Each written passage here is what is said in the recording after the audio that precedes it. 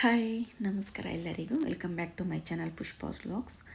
ನಾನು ಕೂಡ ಮಕ್ಳಿಗೆ 5 ಡೇಸ್ ರಜೆ ಇತ್ತು ಅಂತ ಹಾಸ್ಟೆಲಿಂದ ಮನೆಗೆ ಕರ್ಕೊಂಡು ಬಂದು ನೋಡಿ ಎಷ್ಟು ಲಗೇಜ್ ಇದೆ ಅಂದರೆ ಒಂದು 5 ಡೇಸ್ ಮುಗಿಸ್ಕೊಂಡು ಹೋಗೋದಕ್ಕೆ ಅಂತ ಇರೋದೆಲ್ಲ ತೊಗೊಂಡು ಬಂದಿದ್ದಾನೆ. ಮಗಳು ಮಾತ್ರ 2 ಸೂಟ್ ಕೇಸ್ ಅಷ್ಟೇ ತೊಗೊಂಡ್ಬಂದಿದ್ದಾಳೆ.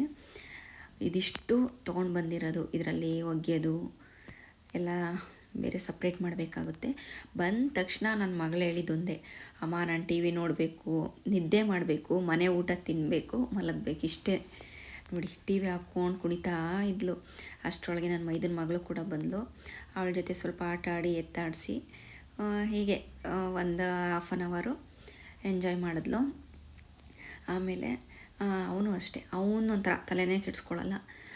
ಬರ್ತಾನೆ ನೋಡಿ, ಅವನು ಆಟ ಆಡ್ತಾನೆ, ಫೋನ್ ಹಿಡ್ಕೊಳ್ತಾನೆ, ಇದೇ ಆಗೋಯ್ತು. ಹಾಗೆ ಬರಬೇಕಾದ್ರೆ ಸ್ವಲ್ಪ ಕೆಲಸ ಇತ್ತು ಅಂತ ಹೊರಗಡೆ ಹೋಗಿದ್ದು. ಹಾಗೆ ಅಲ್ಲೊಂದು ಲೇಔಟಲ್ಲಿ ಈ ಥರ ಆಟ ಆಡ್ಕೊಂಡು ವಾಲಿಬಾಲ್ ಹೆಂಗಿದ್ರು ಬ್ಯಾಗಲ್ಲೇ ಇತ್ತು. ಮನೆಗೆ ಕೂಡ ತೊಗೊಂಡೋಗ್ಬೇಕು ಅಂತ ಹಾಸ್ಟೆಲಿಂದ ತೊಗೊಂಡು ಬಂದಿದ್ದೆ.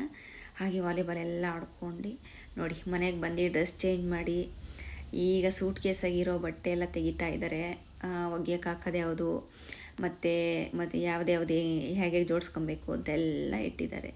ಹಾಗೆ ನಾವು ಕೂಡ ಎಲ್ಲ ಮುಗೀತು. ಇನ್ನು ಹೊರಟೋಗ್ಬಿಡ್ತಾರೆ ಮಕ್ಕಳು ಹಾಸ್ಟೆಲ್ಗೆ ಅಂತ ಅವ್ರೇನು ಮಲ್ಗೋಗ್ಬಿಟ್ಟು ಒಂದು ವಿಸಿಟ್ ಹಾಕ್ಕೊಂಡು ಬಂದು ಅಷ್ಟೇ. ಒಂದು 2 ಅವರ್ಸು 3 ಅವರ್ಸು ಟೈಮ್ ಸ್ಪೆಂಡ್ ಮಾಡಿ ಮಾರನೇ ದಿವಸ ಹೋಗ್ಬೇಕಲ್ಲ, ಮತ್ತು ಪ್ಯಾಕಿಂಗ್ ಆಗಿಲ್ಲ, ನೈಟ್ ಕೂತ್ಕೊಂಡೆಲ್ಲ ಪ್ಯಾಕಿಂಗ್ ಮಾಡಿದ್ದಾಯಿತು. ನೋಡಿ ಅವಳು ಆರ್ಡ್ರ್ ಬಂತು.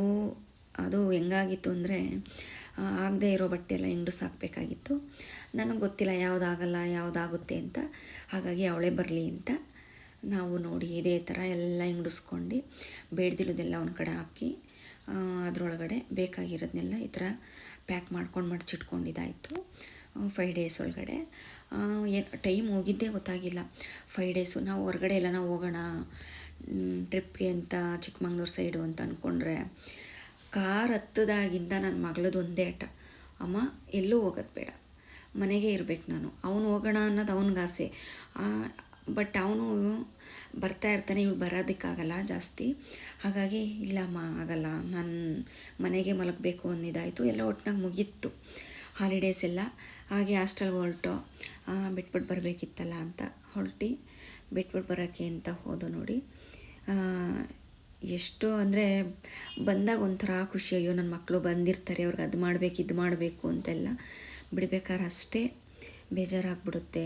ಅವ್ರು ಹೋಗ್ಬೇಕಾದ್ರೆ ನಮಗಂತೂ ಅಳುನೇ ತಡ್ಕೊಳಕ್ಕಾಗಲ್ಲ. ಯಾವಾಗನ ನೋಡು ಅವ್ರು ಹೋಗ್ಬೇಕಾದ್ರೆ ತುಂಬಾ ನೋವಾಗ್ಬಿಡುತ್ತೆ. ಅಯ್ಯೋ ಮಕ್ಕಳು ಕ್ಲಾಸ್ ರೂಮ್ಗೆ ಹೋದ್ರ ಏನು ಅಂತ ಗ್ರೌಂಡಿಗೆ ಬಂದು ನೋಡೋವ್ರಿಗೂ ಸಮಾಧಾನನೇ ಆಗಲ್ಲ. ಮತ್ತೆ ಬಾಯಿ ಮಾಡಿ ಅಯ್ಯೋ ಯಪ್ಪ ತುಂಬ ಕಷ್ಟ ಆಗ್ಬಿಡುತ್ತೆ. ಯಾವ ತಂದೆ ತಾಯಿಗೂ ಬೇಡಪ್ಪ ಮಕ್ಕಳನ್ನ ಈ ಥರ ಬಿಟ್ಟು ಬದುಕೋ ಶಕ್ತಿ ಅನಿಸ್ಬಿಡುತ್ತೆ. ಆದರೆ ಅನಿವಾರ್ಯ, ಏನು ಮಾಡೋಕ್ಕಾಗಲ್ಲ. ಒಳ್ಳೆ ಎಜುಕೇಷನ್ ಕೊಡಿಸ್ಬೇಕು ಅಂತಂದರೆ ಬಿಟ್ಟಿರಲೇಬೇಕಾಗುತ್ತೆ. ಈಗ ಕಷ್ಟಪಟ್ಟರೆ ಮುಂದೆ ಸುಖ ಅನ್ನೋದಿದ್ದೇ ಇರುತ್ತೆ. ಅನಿವಾರ್ಯ, ಏನು ಮಾಡೋಕ್ಕಾಗಲ್ಲ, ಎಲ್ಲ ಅಡ್ಜಸ್ಟ್ ಮಾಡ್ಕೊಂಡು ಹೋಗಬೇಕು ಅನಿಸುತ್ತೆ. Thank you.